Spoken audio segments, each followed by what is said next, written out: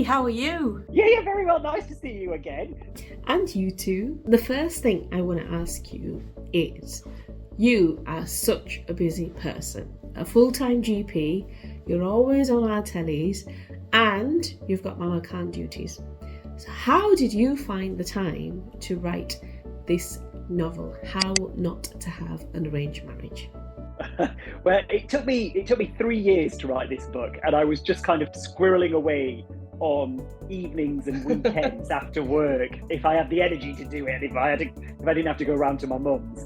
But it was something that I felt quite passionate about in terms of telling the story of modern day arranged marriages and dispelling myths and that kind of thing. So I was really keen to write it. I knew it would take me a while to get the story right, but I feel like after all that time, it's come away, and I'm really proud of the outcome, and I'm glad I spent the time doing it. I mean, I said no to loads of social events and parties and all of that kind of stuff. But with anything, Fatima, when you're working hard, you've got to make sacrifices, and your real friends will always be there at the end of it, won't they? Absolutely, so true. And thank you so much for sacrificing your time, because I started reading the book and I'm absolutely hooked. A lot of the content in there is so relatable, especially because most of us have perhaps lived those stories or at least seen those stories. And the subject matter is so interesting, how not to have an arranged marriage. So relatable. In fact, it would very easily connect and relate to you and your life. Well, no, it's definitely a work of fiction. It's not based on my life. I haven't had an arranged marriage, not through lack of trying, I think, on my mum's behalf, but I found my own partner, and it kind of draws in from some personal experiences, loosely, I would say, but also of all the experiences of the people I know, my sisters, my friends, all of that kind of stuff has been brought in and kind of turned into this narrative. I think what was more important to me, rather than drawing on my personal experience, even though I have done, and the feelings that people go through when they're looking for matches, because it's very difficult, isn't it? But the message I really wanted to get across was the broader message of arranged marriages being very different to forced marriage, and that there's a lot of choice involved, sometimes too much choice, and so that was what I really wanted to get across. And also the idea of cross cultures and these two cultures coming together, these very British Asian young people being brought into this very traditional cultural experience that their parents have brought over from their home countries, and how that fits with our British upbringing and values, and all of that kind of was really important for me to get across in this book.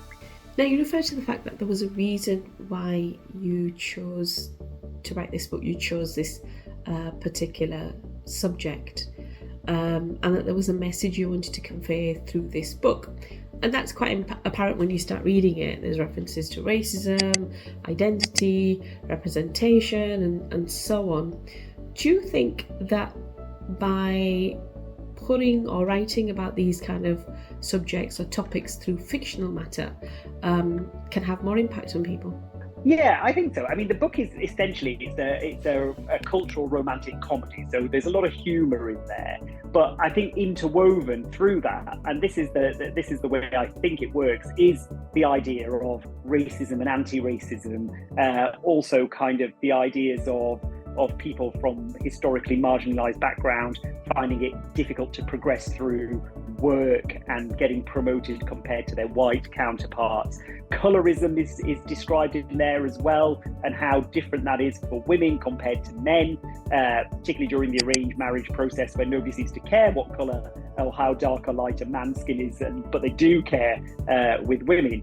And all of that, I think, I tried to bring it in because they are serious topics that affect the mental health of so many people from Asian backgrounds. But I wanted to bring it in a way that was accessible to people who may not know this culture. And so, I don't want to just preach to the choir, and I don't want this book to just be read by just Asian people who are going through lived experience. I think that it's important that it does, so people can relate to it and laugh about it, but also the wider audience has to be from, you know, the kind of the white population, so they can understand the culture, the mixing, the way that these marriages work, and how different they are to maybe what they think arranged marriages are. Because I don't know about you, Fatima, but I spend, even though I've not had an arranged marriage, I do spend quite a lot of time defending them in a way that I never thought I would. Because, you know, when people don't know anything about them,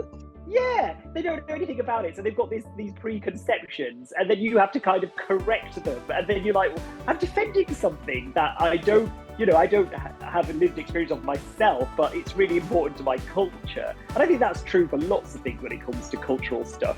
So I've inadvertently become like a defender for arranged marriages, even though that's not something that I thought I ever would be. That's fantastic. So if I need to defend myself from an arranged marriage, I know where to come to you. So I will tell you, I have set up one of our GPs with one of our pharmacists. So I feel like I am, and they've had a baby now, and married and everything. So I feel like I am one of those aunties that arranges marriages.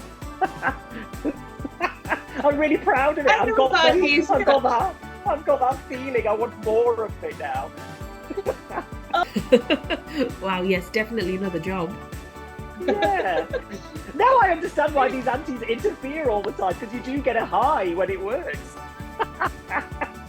Now, when I picked up the book, I thought, right, Dr Amir Khan is from Bradford, and he's a massive Bradford advocate as well.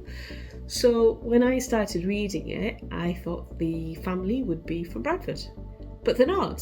They're from Birmingham. It's because, and I am a big Bradford advocate, I am. It's because I didn't want people to think the book was based on me and my life and my family. So I had to remove them from Bradford. However, there is, my favourite chapter in the book is based in Bradford. And one of the brides comes to White Abbey Road in Bradford to get her. Oh, and she's been to like London, she's been to Birmingham, she's been to Manchester, she can't find her wedding outfit. So she comes to obviously the best place to do your wedding shopping, White Abbey Road. And there's lots of kind of, she goes, you know, as you do, you know, you go from shop to shop to shop and try to find the perfect wedding outfit. And she's got her friend with her and her mum is the queen of kind of bartering, and there's lots of friction between mum and the shop owners because she just will not pay full or even half price for these dresses.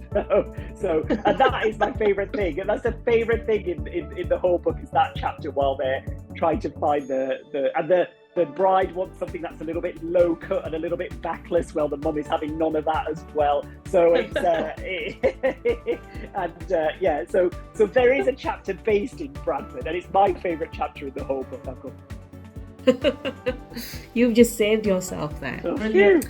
Now, we know that most of the characters in the book are fictional, and you yourself have said that some of them are loosely based on people in real life.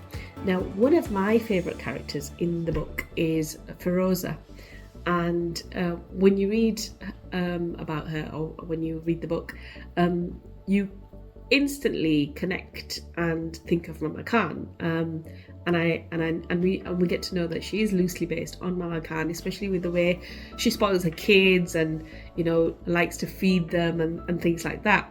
So the question I have to ask is, did you get consent from Mama Khan before writing this book? No, absolutely not. Putting this book together. No, I didn't. You did? I did not. So I'm a bit nervous. I had to tell my mum initially the book was going to be called How to Have an Arranged Marriage, because I was so nervous what she would say with the not. And then she was like, well, why didn't you ask me? I'm an expert in arranged marriages. You know nothing about them. And I was like, okay, yeah, fair enough.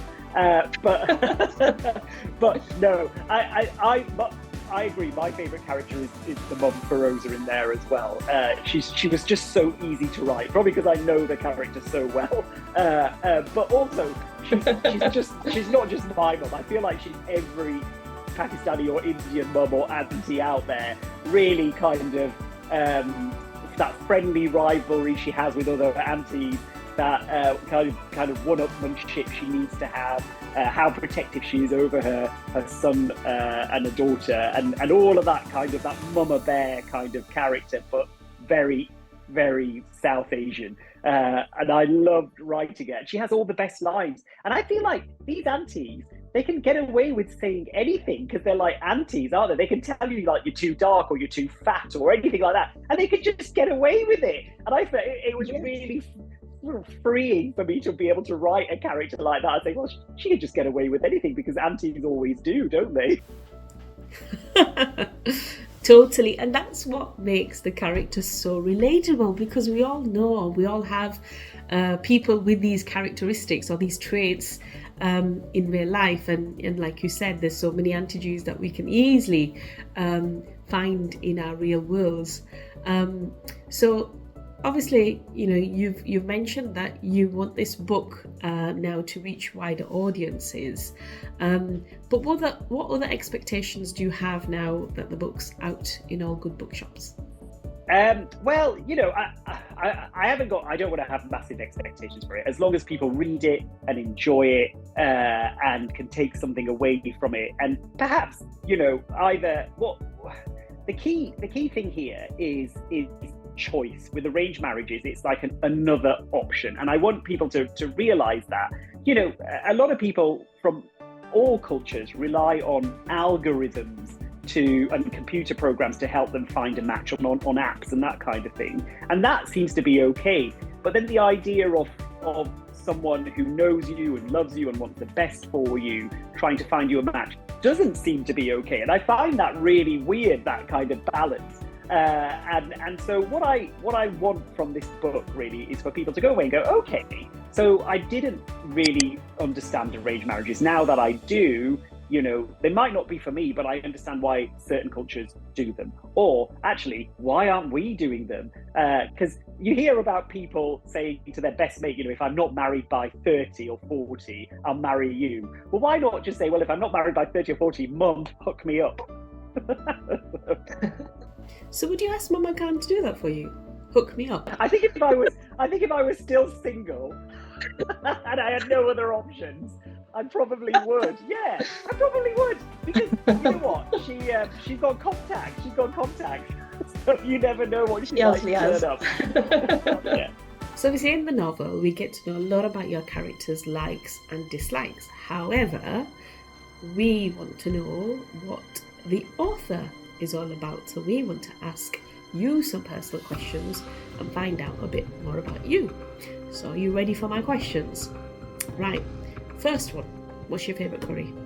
Paneer, palak paneer. You know this. I love it. I'm vegetarian. I do. So it has to be veggie. And I love spinach. I love it. And paneer, I mean, it's just wonderful, isn't it? So yeah, palak paneer, definitely my favourite curry. Tea or coffee? Oh, tea, all the way tea. In fact, I'm drinking a cup of tea now. Can't beat it. Solves all problems. Beach holidays or adventure? Adventure, all the way. I feel like I like the idea of a beach holiday. And when I see pictures of beaches and people on beaches, I'm just like, oh, why am I not there? But when I get there, I'm itching to go and explore things. So adventures all the way. Now, this is a very typical Desi question. So I'm going to ask you, a BMW or a Mercedes? Oh, that is hard. Oh, that is hard. That is like choosing between your two children, isn't it? I am going to go for Mercedes because I feel it's got a. If I was younger, I would have said BMW, but I feel like Mercedes has got a little bit more class. And as I'm getting older, I need to get classier. It hasn't happened yet, but I'm trying my best. And of course, this is the most important question of all: a love marriage or an arranged marriage? Oh, that is tough. I'm gonna say love marriage because I think the people who are getting married should be in control. So, but if you haven't got any options, arranged marriage is also good. Dr. Amir, it has been an absolute pleasure speaking to you. I can't wait to finish my book, and I will definitely be putting a review out very soon. But in the meantime, all the best with everything that you do. Thank you so much for speaking to us, and thank you so much for writing this book. And I'm hoping that you continue writing many more. Thank you, and all the best. Oh, thank you.